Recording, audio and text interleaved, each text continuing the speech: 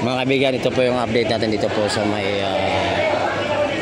Mendiola. Kanina konti lang po yung tao rito, pero ngayon ito po na nakita rin nyo, madami na dumami po bigla.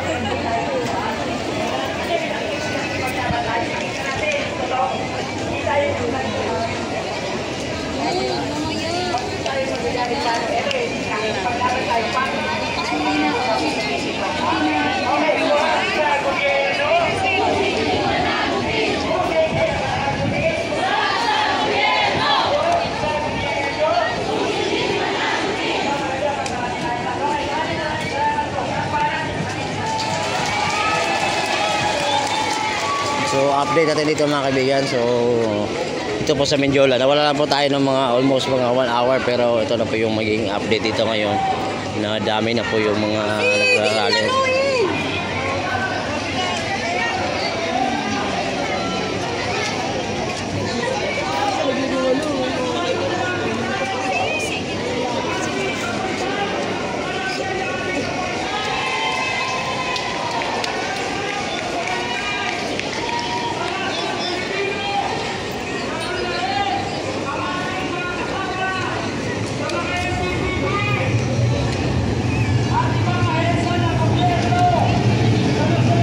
Thank you Lawrence Christian, magandang umaga sa lahat po na nandito, magandang umaga po sa inyo lahat.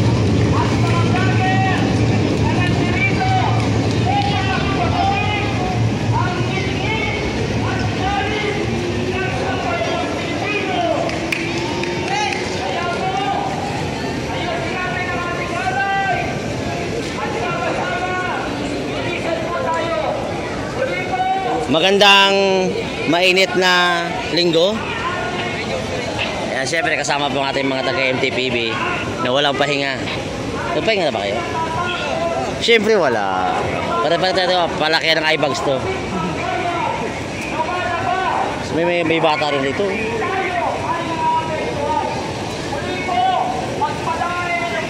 Mare Fe, sa Tormento pare. Mare, kamusta? Ito po, Antenor Eli, pre, ingat. Ayan, salamat po sa may concerns. Pero ito po yung sitwasyon dito, may bata ho rito. Papagalito po tayo. Sige, paunahin lang po muna natin yung vlog. So maglalakad daw sila.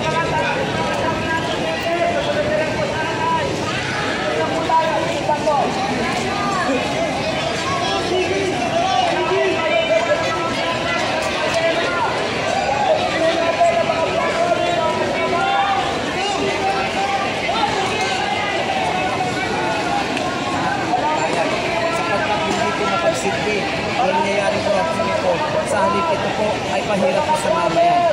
Kinakailangan pangunahin niyo po ito upang maibalik ang mahusay na tiwala ng taong bayan sa kanya.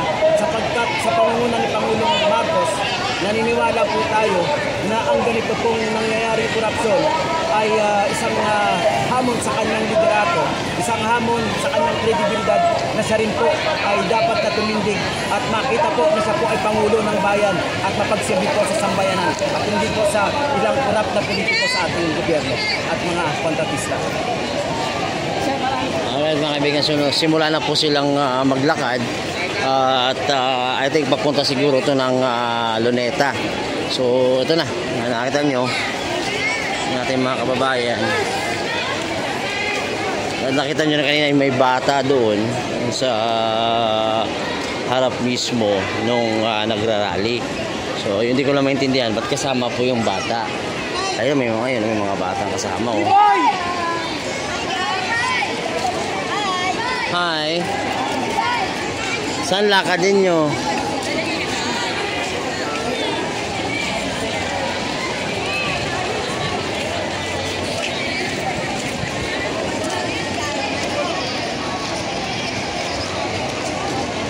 Considok, good morning. Ayan mga kaibigan, nagsimula na po silang maglakad. Papunta na po ito ata ng Luneta kasi doon ata sila ito mag-iipon-ipon ng lahat. Ayun, so kanina kakaunti lang yung mga tao, pero ngayon biglang bumuhos ang dami ng mga tao na nandito at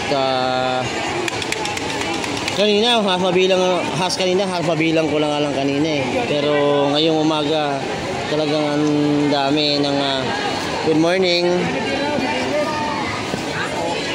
Ayun o. So, morning nanay. O, ano masabi niyo mga boy? All good? O, kita nyo? Narinig nyo? Narinig nyo mga kaibigan, mga bata.